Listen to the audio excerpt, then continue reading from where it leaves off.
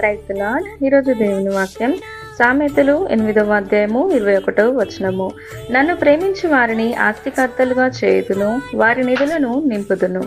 ప్రియ దేవుని సంగమా, ఇహలోక తండ్రి తనని ప్రేమించిన కుమారునికి ఎలా అయితే శ్రేష్టమైనవి ఇస్తాడో, మరి ఈ సృష్టిని కలుగజేసిన సృష్టికర్తని ప్రేమించిన తన సంతానమును ఆశీర్వదించకుండా ఉండగలడా? కాదు కదా.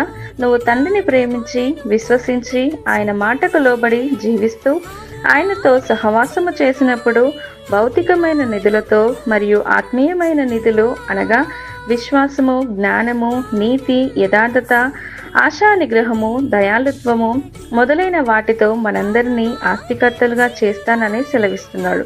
గనక ఈ సృష్టిని, మనుష్యులను ప్రేమించకుండా సృష్టికర్తను ప్రేమించు, దీవించబడతావు. తండ్రి, కుమార, పరిశుద్ధాత్మ నామములో మీకును మీ ఇంటికిని క్షేమము మరియు సమాధానము కలుగును గాక. ఆమేన్.